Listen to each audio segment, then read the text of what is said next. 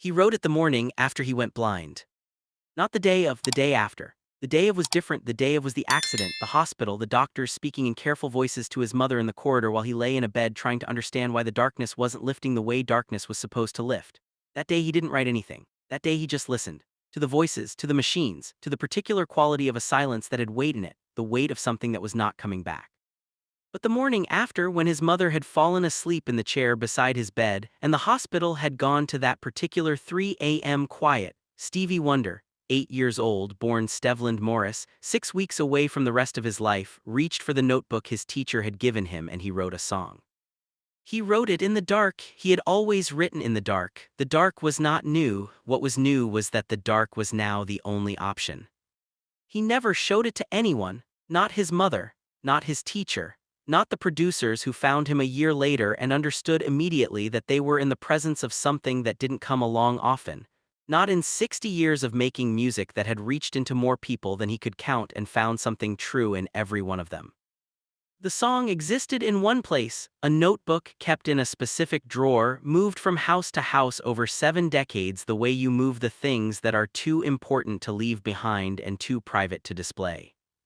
Until Stephen Colbert asked about the morning after. The Late Show that Monday had the quality of reverence that fills a room when someone genuinely extraordinary walks in. Stevie Wonder at 73 moved through the studio with the particular ease of someone who has long ago made peace with his relationship to space, navigating not by sight, but by something harder to name. A lifetime of attention paid to everything that sight doesn't reach. He sat in the guest chair and the audience rose, and the applause was the kind that carries decades in it. Stephen was careful that night in the way you are careful with something irreplaceable. The conversation moved through the music, the early years, the classic albums, the songs that had become part of the permanent furniture of American life. Stevie was funny and sharp and generous with his stories, and the audience was completely his from the first moment. And then Stephen asked about the accident. "You've talked about losing your sight," Stephen said, "about what it meant for your life, your music, but I've always wondered about a specific moment. The morning after. What was the morning after like?" Stevie was quiet for a moment. "The morning after," he repeated slowly, as if testing the weight of the phrase. "Yes," Stephen said, "not the day of, the day after when you woke up and it was still dark." Stevie turned his face slightly, the gesture he made when he was accessing something interior, something that required more than surface attention. "I wrote a song," he said. Stephen was very still. "The morning after," Stevie said, 3 in the morning, my mother was asleep in the chair, I reached for my notebook and I wrote a song." "What kind of song?" Stephen asked. Stevie smiled, the complicated smile of someone whose relationship with a memory spans 7 decades. "An honest one," he said, "the most honest one I ever wrote, which is probably why I never showed it to anyone." Subscribe and leave a comment, because what happened when Stephen asked to hear that song is the moment that stopped the entire Late Show studio. "You still have it?" Stephen asked. "I still have it," Stevie said. "Have you ever played it for anyone?" "No," Stevie said simply, "not once in 65 years." Stephen looked at him for a moment, then he reached under his desk. He produced a notebook, old, worn, the cover soft with age, the kind of notebook that has been handled so many times it has conformed to the hands that held it. He set it on the desk between them. Stevie turned his face toward the desk. He couldn't see the notebook, but something in the air changed when it arrived, a quality of attention, a shift in the room's temperature that had nothing to do with the HVAC system. "Your assistant brought it this afternoon," Stephen said quietly. "I asked if I could have it on the desk tonight. I didn't look inside it. I want you to know that nobody looked inside it." Stevie reached out. His hand found the notebook immediately, the practiced ease of someone who navigates by touch and has turned that navigation into its own kind of grace. He ran his fingers across the cover, across the edges of the pages, across 65 years of a secret kept in a drawer. "Why tonight?" Stevie asked. His voice was different, quieter. "Because you've given the world everything else," Stephen said. "Every song, every note, every piece of yourself that music can carry. And somewhere in that drawer there's the one thing you wrote before any of it. The thing you wrote when you were 8 years old on the morning after the worst day of your life." He paused. "I think that song belongs to more people than just you." The studio was completely silent. Stevie sat with the notebook in his hands for a long moment. His thumbs moved slowly across the cover back and forth, the way you touch something you have been touching for 65 years. Then he stood up. He carried the notebook to the piano that had been placed at his request at the side of the stage. He sat down. He set the notebook on the piano not to read from it, he couldn't read it, just to have it there, just to have it close. He placed his hands on the keys. This is the moment that nobody in the studio and nobody watching at home ever saw coming. He didn't play immediately. He sat with his hands on the keys and the notebook beside him and the particular silence of someone who is deciding not whether to do something but how to survive doing it. Then he began.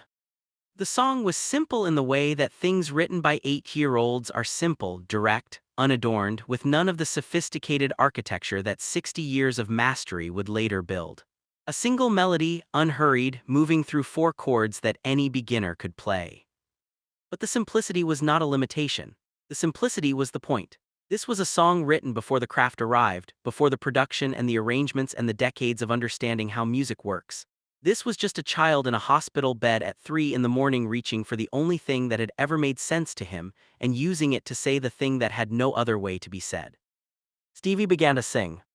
The words were a child's words, unpolished, sometimes grammatically uncertain. With the particular directness of someone who has not yet learned to protect themselves through language, they were about darkness, not as metaphor as fact.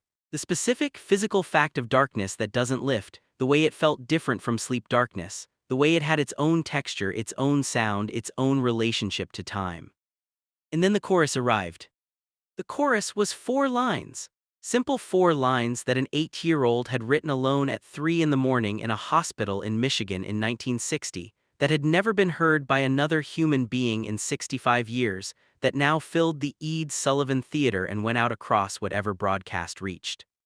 He sang about what was still there, about what the dark couldn't take, about sound, the sound of his mother breathing in the chair beside him, the sound of the machines, the sound of his own voice when he hummed to himself to confirm that something still worked, about how you find out what you're made of not when the light is on but when it goes out and you discover what remains. When he reached the final line, 4 words, written by a child who was about to become one of the greatest musicians who ever lived, his voice broke.